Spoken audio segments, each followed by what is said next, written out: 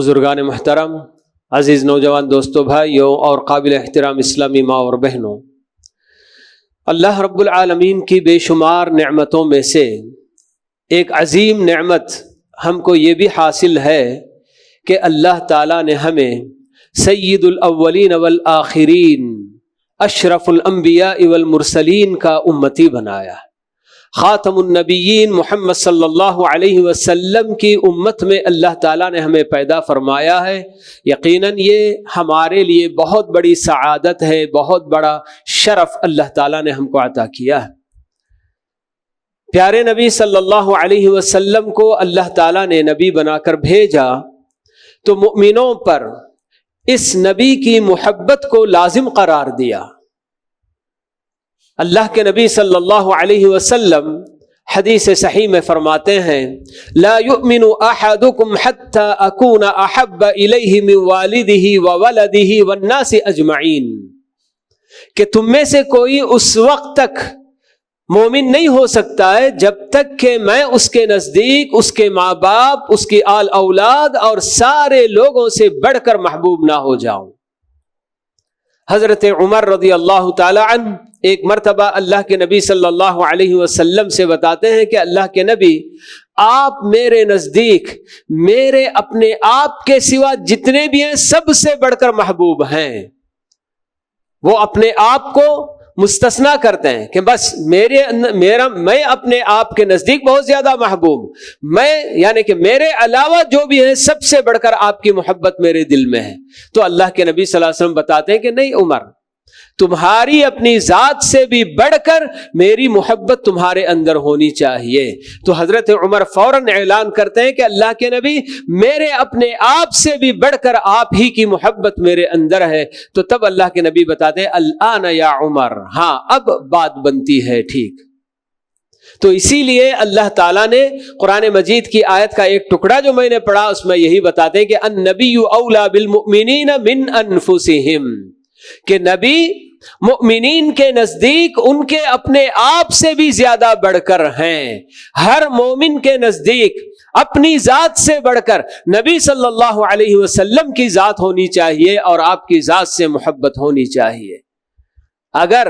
ہمارے نزدیک ہمارے اپنے ماں باپ، ہماری اولاد، یا ہمارا اپنا کنبہ، ہمارے اپنے بھائی بہن، یا ہماری اپنی تجارت، یا ہمارے اپنے مکان، ہماری اپنی گاڑیاں، یہ سب چیزیں اگر محبوب ہوں گی تو اللہ تعالی ہم کو خبردار کر رہے ہیں کہ اگر تم نے اللہ اور اس کے رسول سے بڑھ کر ان چیزوں سے محبت اگر تم کرنے لگ جاؤ تو پھر اللہ تعالی کے فیصلے کا انتظار کرو۔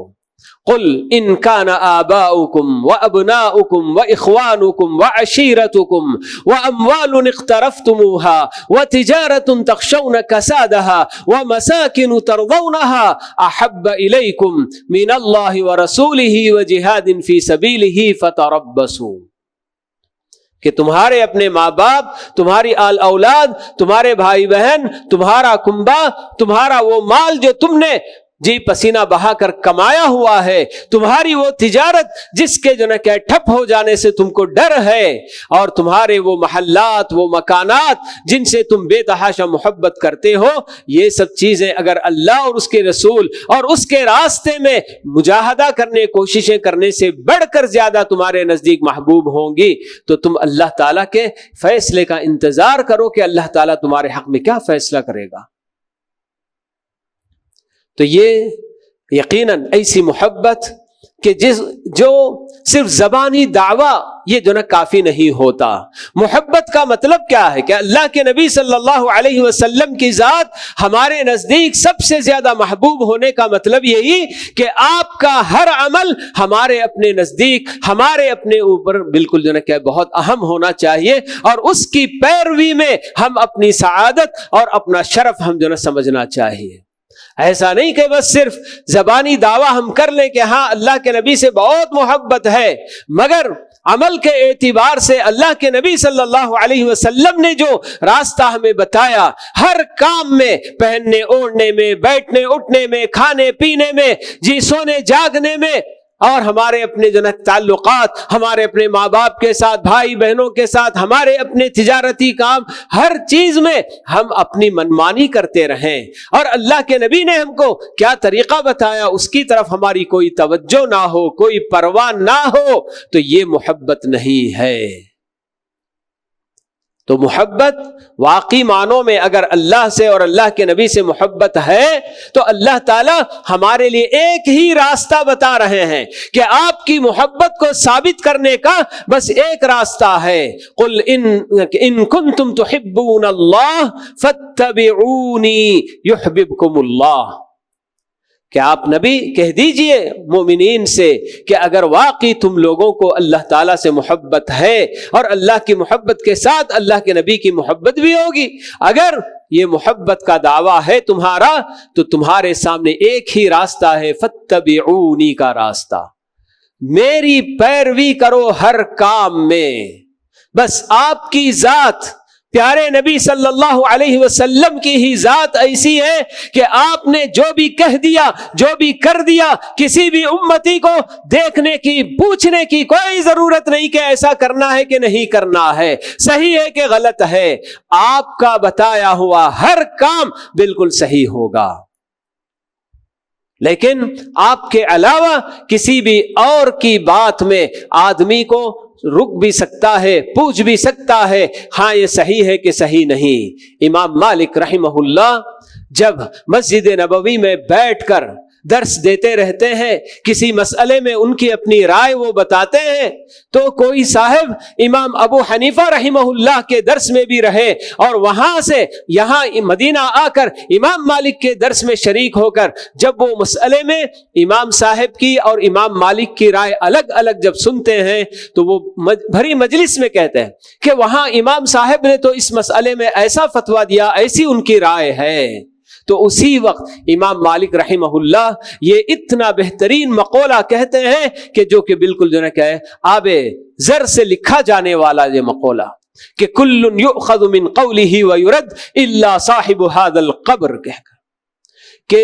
اللہ کے نبی کے علاوہ کوئی بھی ہو اس کی بات لی بھی جا سکتی ہے، ٹھکرائی بھی جا سکتی ہے، سوائے اس صاحب قبر کے۔ پیارے نبی صلی اللہ علیہ وسلم کی طرف اشارہ کر کے وہ بتاتے ہیں کہ اللہ کے نبی صلی اللہ علیہ وسلم سے جو بھی بات آپ تک پہنچ گئی، آپ کا کوئی بھی عمل آپ تک پہنچ گیا، وہاں چوں چرا کرنے کی کوئی گنجائش نہیں، بس اس پر عمل ہی عمل کرنا ہے۔ لیکن دوسرے اور کسی کی بھی بات کیوں نہ ہو، آپ اگر پسند ہے لے بھی سکتے ہیں، آپ کو اطمینان نہیں ہے تو اس کو آپ ٹھکرا بھی سکتے ہیں، چھوڑ بھی سکتے ہیں، کوئی حرج نہیں۔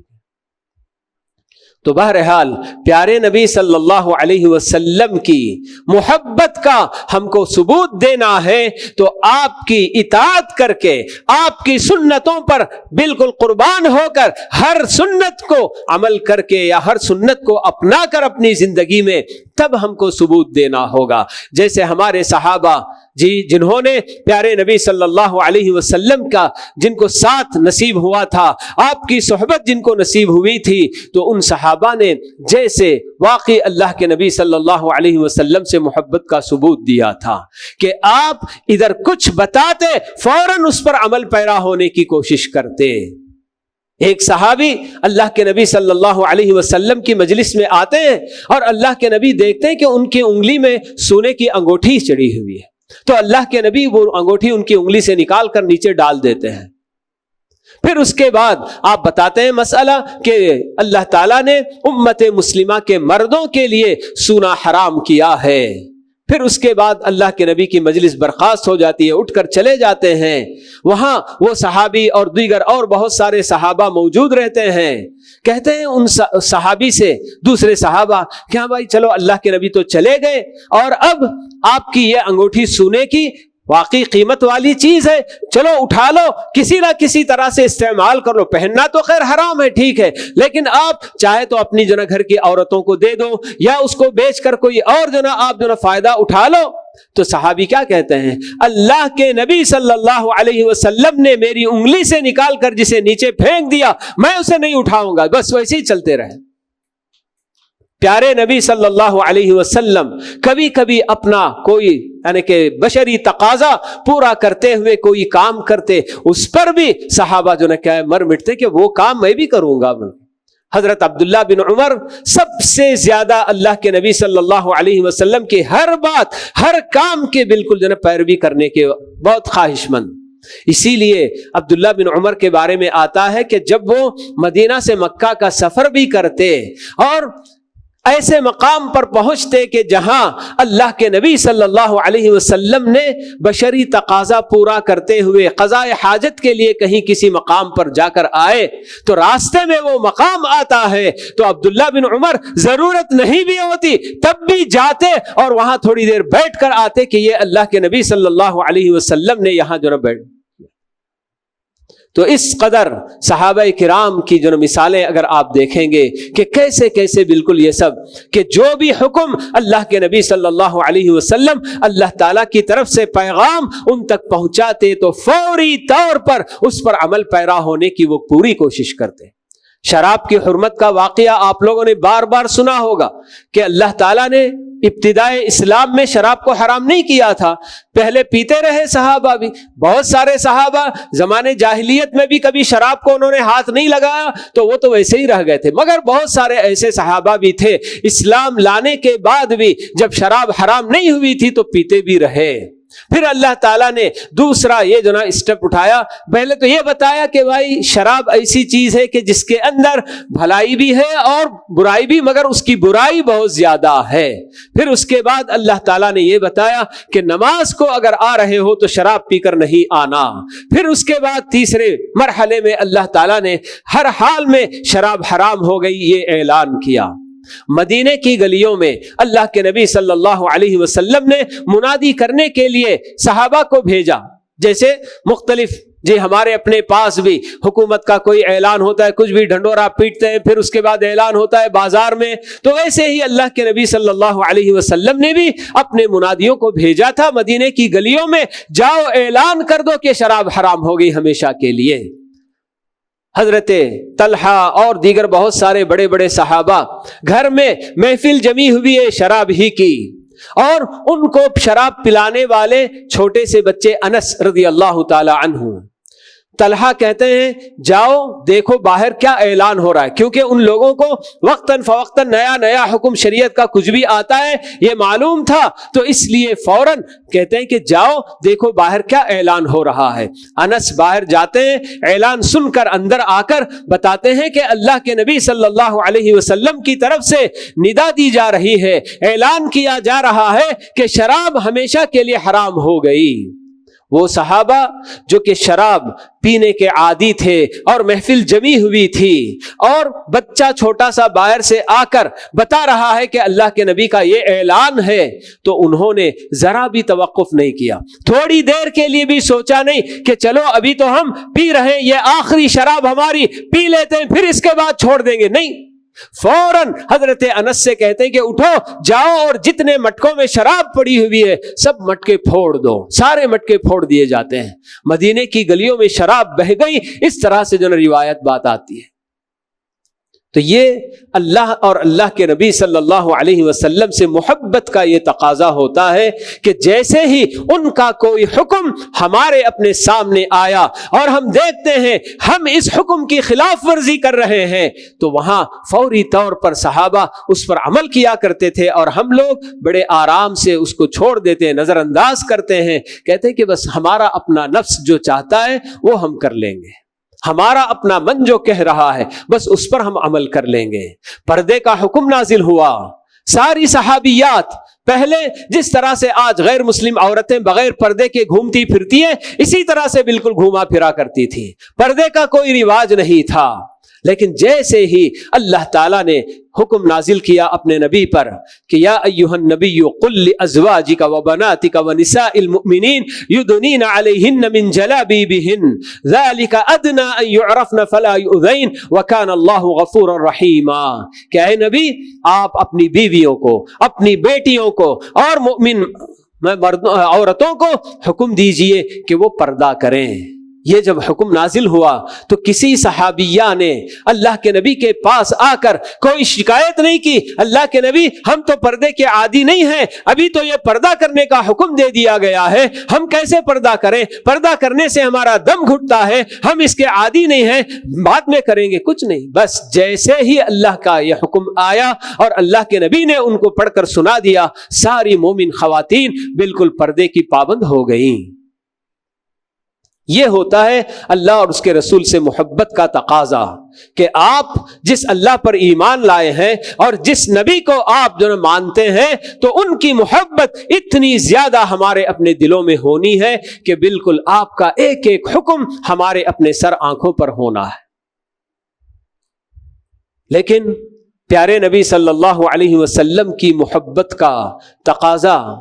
آج کے زمانے میں کچھ لوگ بڑے عجیب و غریب انداز سے بھی کرتے ہیں۔ وہ کام کہ جس سے اللہ کے نبی صلی اللہ علیہ وسلم نے بار بار اپنی امت کو منع کیا، روکا، اسی کو کر کے کہتے ہیں کہ ہمیں اللہ کے نبی صلی اللہ علیہ وسلم سے بے تحاشا محبت ہے۔ ربیع الاول کا مہینہ جس سے ہم گزر رہے ہیں، جیسے ہی یہ مہینہ داخل ہوتا ہے تو جشن میلاد کے اعلانات آپ کو نظر آئیں گے۔ میلاد النبی کا جشن، اس کے لیے سیرت النبی کا جلسہ۔ بھائی اللہ کے نبی صلی اللہ علیہ وسلم سے محبت یہ میلاد منا کر یا سیرت النبی کا کوئی ایک جلسہ منعقد کر کے یہ جو حق ادا نہیں ہوگا۔ پیارے نبی صلی اللہ علیہ وسلم کی سیرت تو ایک مسلمان کو اپنی زندگی بھر پڑھنا سننا چاہیے۔ واقعی اللہ کے نبی صلی اللہ علیہ وسلم کی سیرت ایسی چیز ہے کہ ایک مومن کبھی اس سے بے نیاز نہیں ہو سکتا،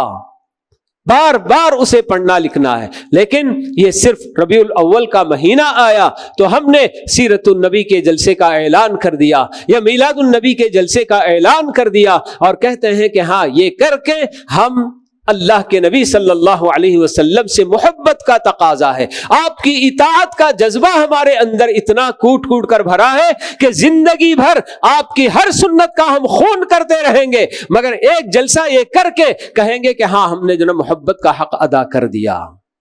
کیسے مسلمان ہیں ہم؟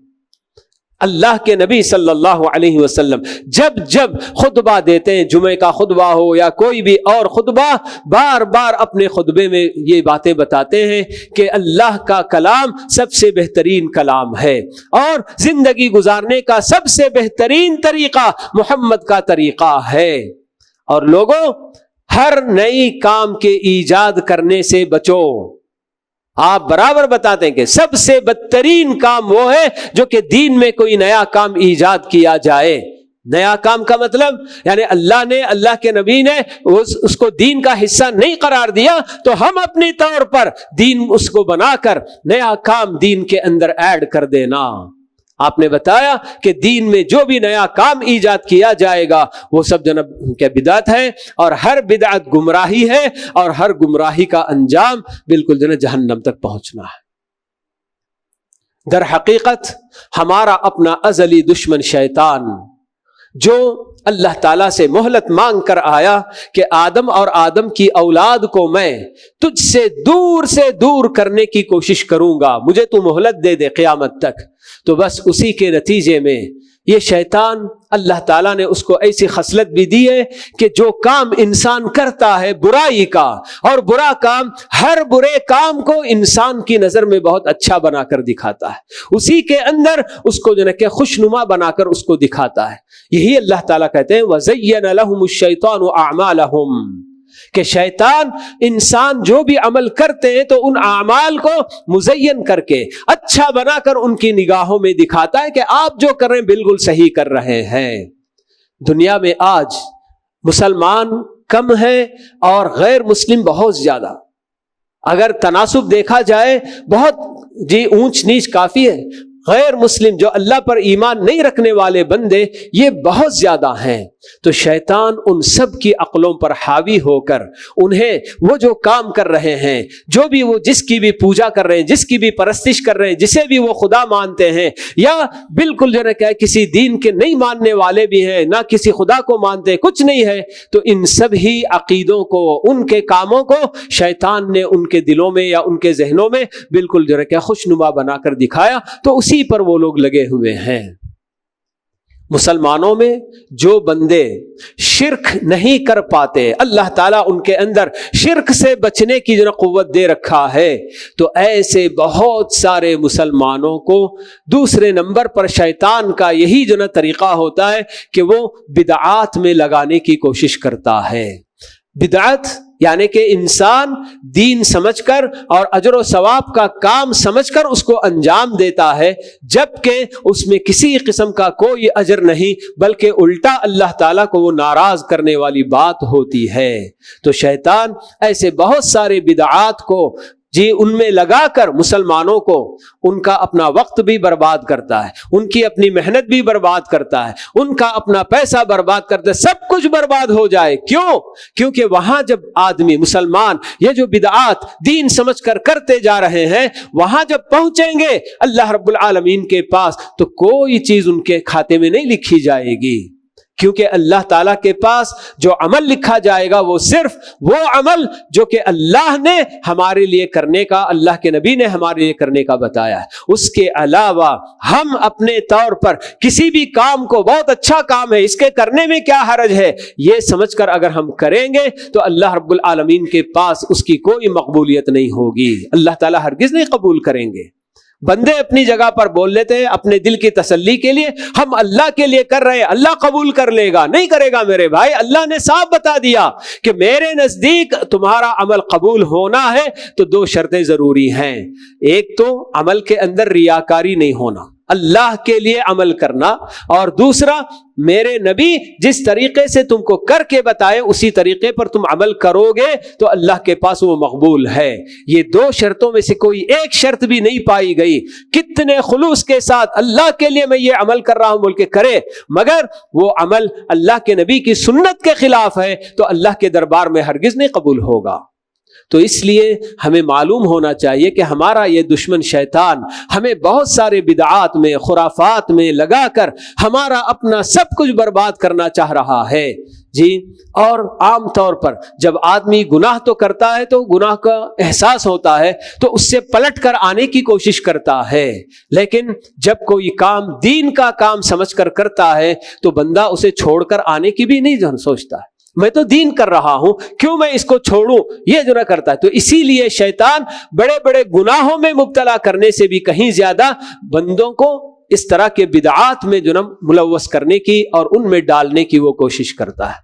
تو یہ جو میلاد منانے والے مناتے ہیں، پتہ نہیں کیا جو نہ سوچ کر مناتے ہیں کہ بھائی ایک تو اللہ کے نبی صلی اللہ علیہ وسلم کی پیدائش کا دن پیر کا دن ہے، یہ تو طے ہے۔ اللہ کے نبی نے خود بتایا کہ پیر کا دن وہ ہے جس میں میں پیدا ہوا اور جس میں مجھے نبوت ملی، یہ اللہ کے نبی نے خود بتایا، لیکن تاریخ کا بالکل کوئی جناب پتہ نہیں ہے، کیونکہ اس میں 5-6 جو باتیں بتائی جاتی ہیں۔ لیکن ایک بات یہ ضرور طے ہے کہ 12 ربیع الاول جس کو لوگ میلاد بول کے جشن منانا چاہتے ہیں، حقیقت میں پیارے نبی صلی اللہ علیہ وسلم کی وہ وفات کا دن ہے۔ اب پتہ نہیں ان لوگوں کو اللہ کے نبی کی وفات پر جشن منانا ہے یا اس پر ماتم منانا ہے، نعوذ باللہ، کیا بناتے نہیں سمجھ میں آتا ہے۔ اور ویسے بھی ہمارا اپنا دین کسی کی پیدائش کے دن کو نہ جشن منانے کی اجازت دیتا ہے اور نہ کسی کی وفات کے دن کو ماتم منانے کی اجازت دیتا ہے، مگر اس کے باوجود بھی لوگ بالکل ان سب باتوں سے غافل، بالکل شیطان نے ایک جو نہ کیا راستہ دکھا دیا تو شیطان کی پیروی میں آگے بڑھتے چلے جا رہے ہیں۔ کتنا بھی بولا جائے تو بہرحال پھر بھی کہتے ہیں کہ نہیں، ان لوگوں کو اللہ کے نبی سے محبت نہیں ہے، اس لیے اس طرح سے جو نہ کیا میلاد منانے سے روکتے ہیں۔ بھائی یہ ایسا عمل کہ اللہ کے نبی نے نہیں کیا، اللہ کے نبی کے صحابہ نے، صحابہ کے شاگرد، تابعین، تبع تابعین، یہ وہ زمانہ جن کے بارے میں خیر ہونے کا اللہ کے نبی صلی اللہ علیہ وسلم نے شہادت دی ہے کہ سب سے بہترین زمانہ میرا زمانہ جس میں میرے صحابہ، پھر اس کے بعد ان کے بعد والا زمانہ، پھر اس کے بعد والا 300 سال تک کے لیے اللہ کے نبی صلی اللہ علیہ وسلم نے شہادت دے دی، گواہی دے دی کہ یہ سب سے بہترین زمانہ۔ اور اسی زمانے میں الحمدللہ اللہ تعالیٰ نے کبھی اس میلاد کی طرف کسی کا دھیان نہیں دیا۔ یہ اللہ تعالیٰ کا فضل ہے کہ بالکل، کیونکہ وہ لوگ جانتے تھے کہ اس کی کوئی حیثیت نہیں، کیونکہ دین میں کسی بھی جگہ کو، کسی وقت کو، کسی شخصیت کو مبارک بنانا کرنا ہے وہ صرف اللہ تعالیٰ کا فیصلہ ہے۔ اللہ جسے جس وقت کو، جس گھڑی کو یا جس جگہ کو محترم اور مبارک بنا دے بس وہی مبارک ہے۔ جب صحابہ، تابعین، تبع تابعین، ان لوگوں کو اللہ کے نبی صلی اللہ علیہ وسلم کی پیدائش کا دن کسی بھی طریقے سے، نہ قرآن میں، نہ اللہ کی حدیثوں میں، اللہ کے نبی کی حدیثوں میں کہیں بھی ان کو نہیں معلوم ہوا کہ یہ کوئی مبارک دن ہے جس کو جشن منانا چاہیے، تو اس لیے انہوں نے نہیں کیا۔ اللہ تعالیٰ نے ان کی حفاظت کی۔ جی یہ جو بڑی گمراہی اور ایک بڑی بدعت جس کو کہ شیطان نے راستہ دکھا کر لوگوں کو اس پر ڈال دیا ہے، اللہ تعالیٰ کی حفاظت میں وہ لوگ رہے اور کبھی انہوں نے یہ بدعت نہیں انجام دی۔ اس کے بعد لوگوں نے ایسے ہی ان سب چیزوں کو بھی بس عید کے نام پر اور کیا کیا نہیں کر رہے ہیں۔ ماشاءاللہ یہاں تک سننے میں آیا ہے کہ عید میلاد کہہ کر باقاعدہ اس کے لیے بھی آج کل 2 رکعت نماز بھی پڑھنے لگ گئے لوگ، عیدگاہ میں حاضر ہو کر بالکل جناب کہ بھئی یہ بھی عید ہے اور عید میں تو ہم کو نماز پڑھنی ہے، تو 2 رکعت نماز عیدگاہ میں حاضر ہو کر یہ بھی پڑھنے لگ گئے، اور پتہ نہیں بدعت اور کیا کیا جو رنگ کھلائیں گی، کیا کیا جو گل کھلائیں گی، کیا کیا رنگ دکھائیں گی۔ بس اللہ رب العالمین ہم سب کی ہر طرح کی بدعات سے، خرافات سے اللہ تعالی حفاظت فرمائے، اور پیارے نبی صلی اللہ علیہ وسلم کی محبت کا جو تقاضا آپ کی اطاعت کرنے میں ہے اور آپ کی پیروی کرنے کی جو ہے، اللہ تعالیٰ اس تقاضے کو پورا کرنے کے لیے ہر مسلمان، مرد، عورت، جوان، عمر رسید، سب کو اللہ تعالیٰ اس کی توفیق نصیب فرمائے کہ اللہ کے نبی صلی اللہ علیہ وسلم کی محبت میں آپ کی پیروی کرنے کی ہم سب سے پہلے مقدم رکھیں۔ تو اللہ تعالیٰ ہم سب کی اس کی طرف توفیق نصیب فرمائے، اور ہر بدعت اور خرافات سے اللہ تعالیٰ ہمیں بھی اور دنیا بھر کے سارے مسلمانوں کی حفاظت فرمائے۔ اقول قولی ھذا واستغفر اللہ لی ولکم ولسائر المسلمین من کل ذنب فاستغفروہ انہ ھو الغفور الرحیم۔